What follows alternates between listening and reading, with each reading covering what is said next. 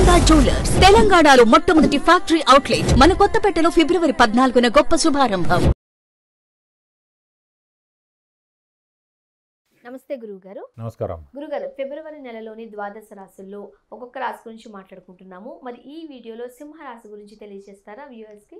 సింహరాశి అనగానే మనకి మఖ 1, 2, 3, 4 పాదాలు, పుబ్బ 1, 2, 3, 4 పాదాలు, ఉత్తర 1వ పాదం, ఈ 3 నక్షత్రాల సమూహం మనకి సింహరాశిలోకి వస్తాయి. ఇప్పుడు ఇందాక చెప్పుకున్నట్టే మళ్ళీ హార్డ్ వర్క్, అదృష్టం, దైవబలం. సో రాస్యాధిపతి అయిన సూర్యుడు సప్తమ స్థానంలో కుంభంలో ఈ నెల అంతా ఉంటాడు. అంటే 15వ తారీఖు ఫిబ్రవరి నుంచి అనుకోండి ఇంచుమించుగా. కాబట్టి హార్డ్ వర్క్ అనేది బాగానే ఉంది. అదృష్టకారకుడు ఏంటంటే కర్కాటక రాశిలాగే సింహరాశి కూడా అదృష్టకారకుడు. చతుర్థ భాగ్యాధిపతి యోగకారకుడు, లక్ ఫేవర్ చేసే గ్రహం కుజుడే అయ్యాడు. సో అలాంటి కుజుడు కూడా మళ్ళీ ఉచ్చస్థానంలో ఉన్నాడు సింహరాశి కూడా. సో అదృష్టం అనేది మటుకు 90 ఉంది. ఎందుకంటే సింహరాశికి 6th హౌస్ అవుతాడనమాట కుజుడు ఉచ్చులో ఉన్నప్పుడు. సో 6, 8, 12 హౌసెస్ అనేవి దుస్థానాలు కాబట్టి బలం తగ్గుతాయి. కాబట్టి అందుకే కర్కాటక రాశి తగ్గుతుంది. కర్కాటక రాశికి సప్తమైంది కాబట్టి 100%, సింహరాశికి 6th అయింది కాబట్టి 90% అదృష్టం అని చెప్పుకోవాలి. అయినా కూడా 90% అదృష్టం అంటే చాలా ఎక్కువే. ఇక నెక్స్ట్ వచ్చేసి గురుబలం, అదే దైవబలం. అది వచ్చేసి మనకి భాగ్యస్థానంలో చాలా బాగుంటుంది. సో సాధారణంగానే పూర్వజన్మ పుణ్యం ఉండాలన్నా, దైవబలం ఉండాలన్నా, మంచి గురువులు దొరకాలన్నా, దైవాశీస్సులు బాగుండాలని, ఇవన్నీ కూడా చూడాలంటే 9th హౌస్ని చూడాలండి. అలాంటి 9th హౌస్ భాగ్యస్థానంలో ప్రస్తుతం మనకి గురువు ఉన్నాడు సింహరాశి వారికి. సో వాళ్ళకి పట్టిందల్లా బంగారం అని చెప్పాలి. దైవానుగ్రహం పరిపూర్ణంగా ఉందన్నమాట. కాబట్టి శ్రమ, కాలం, ధనం వ్యర్థం కాకుండా ఉంటుంది. అవసరానికి డబ్బులు సమకూరుతాయి, రావాల్సిన బాకీలు వసూలు అవుతాయి, స్పెక్యులేషన్స్ కలిసి వస్తాయి, మధ్యవర్తిత్వం వహించవచ్చును. ఆరోగ్యం, ఆయుష్ బాగుంది. ఇంట్లో పెద్దవాళ్ళు, చిన్నపిల్లల ఆరోగ్యం కూడా చాలా బాగుంది. అదృష్టం పరిపూర్ణంగా ఉంది. అంతేకాకుండా నిరుద్యోగులకు ఉద్యోగం రావడం, ఉద్యోగస్తులకి ప్రమోషన్స్ రావడం, మంచి నేమ్ అండ్ ఫేమ్ రావడం, బాస్ నుంచి మన్నన పొందడం, అలాగే ఫారెన్ టూర్ విజిట్స్, అసైన్మెంట్స్ కలిసి రావడం, అవివాహితులు వివాహం అవడం, సంతానం లేని వారికి సంతానం కలగడం, అలాగే గృహ వాహన యోగం రావడం, ఇది కాకుండా బంగారం అయినా కొనడం, ఇది కాకుండా ఏదైనా ఇంటికి కొత్త వస్తువు కొనడం, ఇలాంటివన్నీ కూడా జరుగుతాయి అన్నమాట. అలాగే తీర్థయాత్రలు, ముఖ్యంగా 9th హౌస్ గురువు గారు ఖచ్చితంగా తీర్థయాత్రలు చేస్తారు. గురువు యొక్క బ్లెస్సింగ్స్ పొందుతారు, గురువుని దర్శిస్తారు. సో శుభాలన్నీ కూడా జరుగుతుంటాయి. బంధువులతో మీ ఇల్లు కళకళలాడుతుందని కూడా చెప్పుకోవచ్చు. ఇది కాకుండా ముఖ్యంగా మనకి ఒక్క సప్తమ స్థానంలో మటుకు శని ఉండడం చేత, సప్తమ స్థానం మన ఇదివరకు కూడా చెప్పుకున్నాం అండి.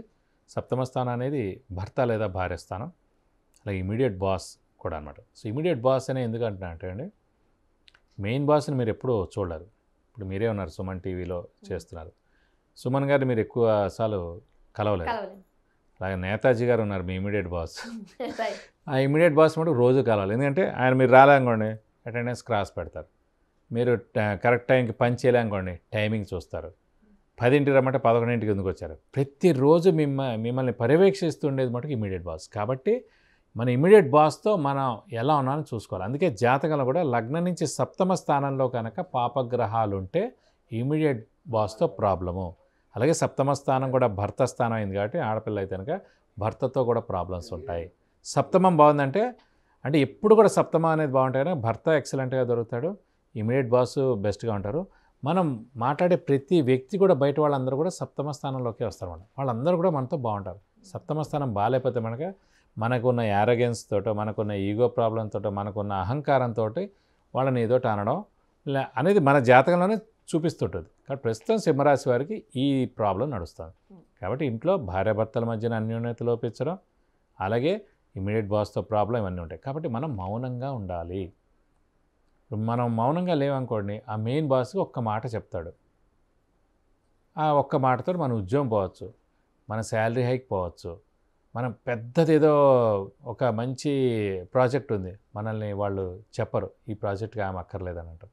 ఇలాంటివన్నీ జరగచ్చు అన్నమాట. కాబట్టి మనం ఎంత అదృష్టం కలిసి వచ్చే అంశమే అయినప్పటికీ కూడా జాగ్రత్తలో మనం ఉండాలి. ఎందుకంటే సప్తమ స్థానంలో శని ఉన్నాడు, మనం కామ్గా ఉండాలి.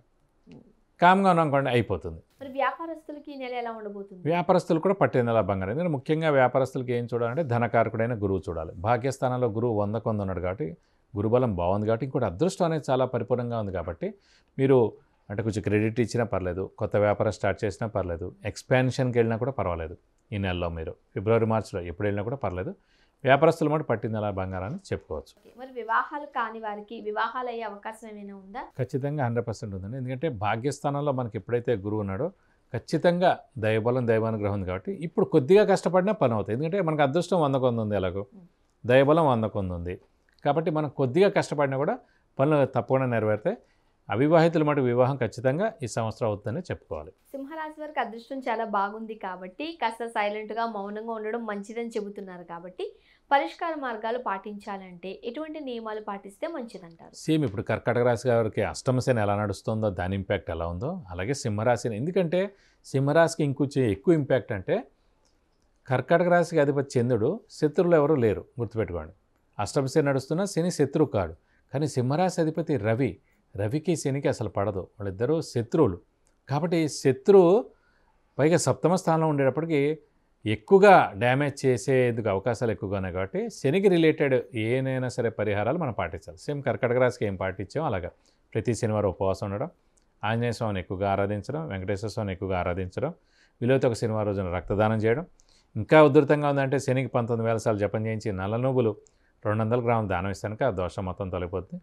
ప్రతి మంగళవారం మనం ఆంజనేయ స్వామి గుడికి వెళ్ళడం, శనివారం కూడా ఆంజనేయ స్వామి గుడికి వెళ్ళడం, 40 ప్రదక్షిణాలు చేయడం, అలాగే ఆకు పూజ, సింధూర పూజ, వడమాల సమర్పించడం, ఇవన్నీ చేస్తే చాలా మంచిది. అలాగే వెంకటేశ్వర స్వామికి అయితే కనుక బుధవారం రోజున వెళ్ళి మనం 40 ప్రదక్షిణాలు చేసుకుంటే చాలా మంచిది. ఏమైనా అర్చన కానీ అభిషేకం కానీ ఏమైనా చేయించుకున్నా వెంకటేశ్వర స్వామికి మీకు అన్ని విధాలా ఏం దోషం అయితే ఉందో అవన్నీ కూడా తొలగిపోయి మీకు అన్ని విధాలా మంచి ముఖ్యంగా చేకూరుతుంది. దానం ఇవ్వాలంటే ఎవరికి దానం ఇవ్వాలి? పూజలు బ్రాహ్మడికి. చేయించుకోవాలంటే ఎక్కడ చేయించుకోవాలి? ఇంట్లో చేయించుకోవాలా, గుడిలో చేయించుకోవాలా? ఎక్కడైనా అనేది కూడా చేయించచ్చు. సందేహం. అలానే లేదు శని అంటారు అవన్నీ ఏం కదండి, ఎక్కడైనా చేయించుకోండి. ఇప్పుడు అదే చెప్తున్నాను. ఇప్పుడు ఇమీడియట్ బాస్ అన్నాం కదండి, ప్రపంచం మొత్తం మన మనుషులకి ఇమీడియట్ బాస్ నవగ్రహాలు. పొద్దున్న లేవగానే సూర్యుడు కనిపిస్తాడు, రాత్రి చంద్రుడు కనిపిస్తాడు. కాబట్టి నవగ్రహాలు మటుకు మనకి ఇమీడియట్ బాస్. మెయిన్ బాస్ ఎవరు? దేవుళ్ళు. సో దేవుళ్ళు మనం ఎప్పుడూ కలవలేము, చూడలేము, చెందలేము. వాళ్ళని మనం చూడాలన్నా చెందాలన్నా వాళ్ళ యొక్క అనుగ్రహం కలగాలన్నా మనం మామూలుగా ఇలా ఈ కలిగి సంబంధించిన వాటిలో ఉండకూడదు కాబట్టి మనకు కష్టం. కాబట్టి ఇమీడియట్ బాస్ని మనం ప్రేస్ చేయగలిగితే వెంటనే మనకి బ్లెస్సింగ్ వస్తుంది. అందు గురించి ఇందాక ఇమీడియట్ బాస్ గురించి చెప్పినట్టే మనకి నవగ్రహాలే ఇమీడియట్ బాస్ అనమాట. కాబట్టి వాళ్ళకి ఇమీడియట్ బాస్ దేవుళ్ళు. కాబట్టి నవగ్రహాలని మనం ఎక్కడైనా పూజ చేయించవచ్చండి, ఎక్కడైనా జపాలు చేయించవచ్చు. బ్రాహ్మణులకు మటుకు దానం ఇవ్వాలి. దానం ఇస్తే దోషం మొత్తం ఎలాంటివి ఉన్నా కూడా అన్నీ తొలగిపోతాయి. గురుగారు, ఫిబ్రవరి నెలలోని ద్వాదశ రాశుల్లో సింహరాశి వారికి ఏ విధంగా ఉంటుంది, అలానే పాటించాల్సిన నియమ నిబంధనలు వివరంగా తెలియజేశారు. ధన్యవాదాలు. నమస్కారం.